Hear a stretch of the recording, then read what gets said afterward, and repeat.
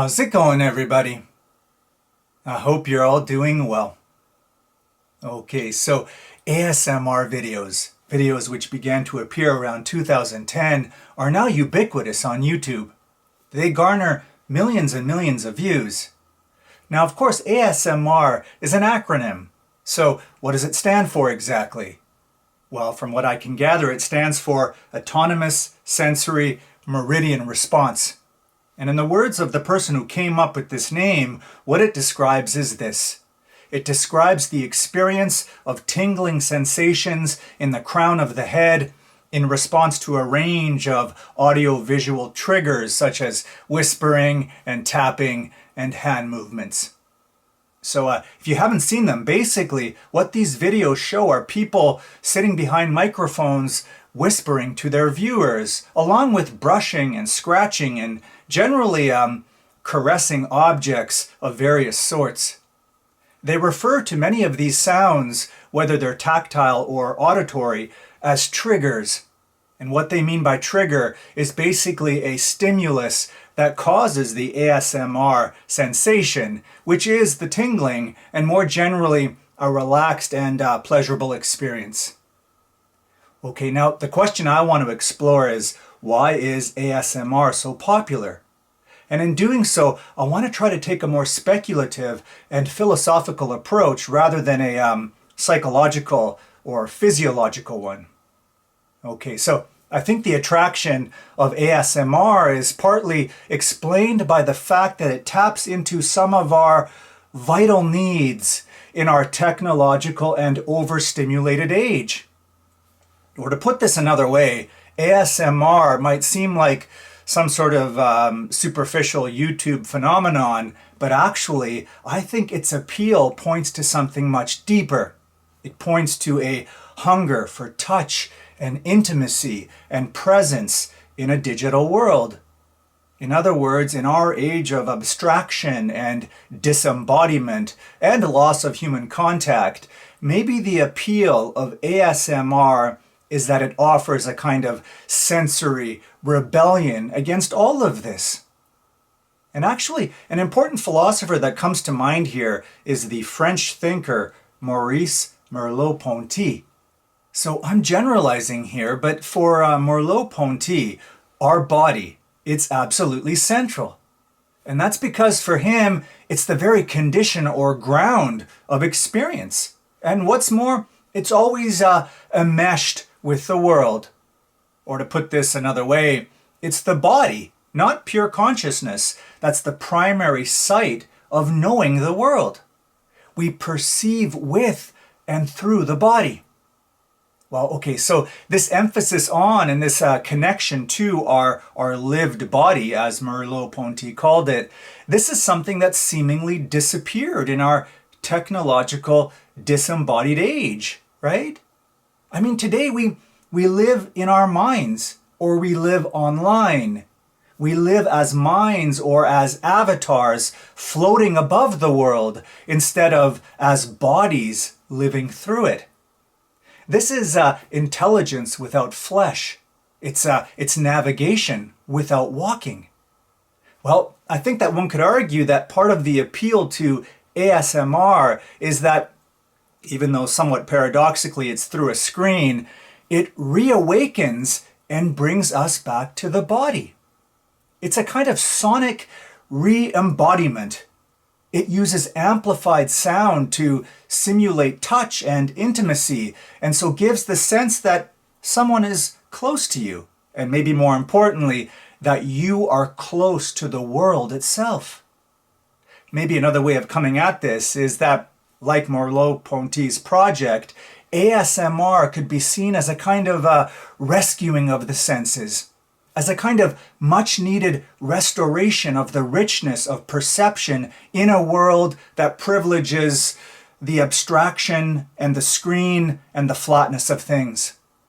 In this way, it softly pushes back against the trend towards disembodiment by telling us to listen closely and to feel these sounds, and to notice our bodies. That's where everything important and fundamental begins, not in algorithms, but in the perception of touch and breath and physical presence. Okay, but you know who else pops into my mind here? The German philosopher Martin Heidegger. So for Heidegger, well, he thought that the modern world had become characterized by a kind of hyperactivity and efficiency. But here's the thing, in this sort of modern worldview, slowness becomes an objection, right? And stillness becomes pointless. Nothing's allowed to be. No one's allowed to live in the present.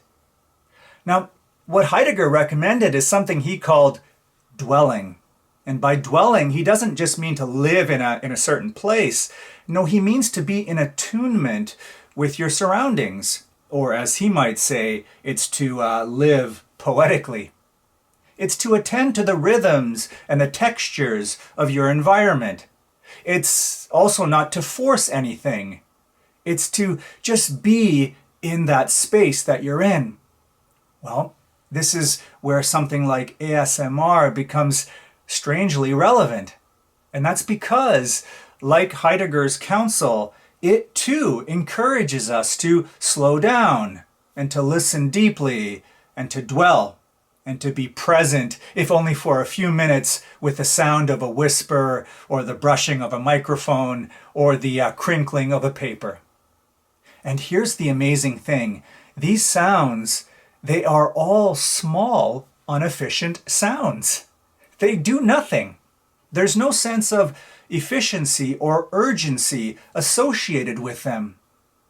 And so what these sounds do is they bring us back, however briefly, to a mode of being that isn't about productivity.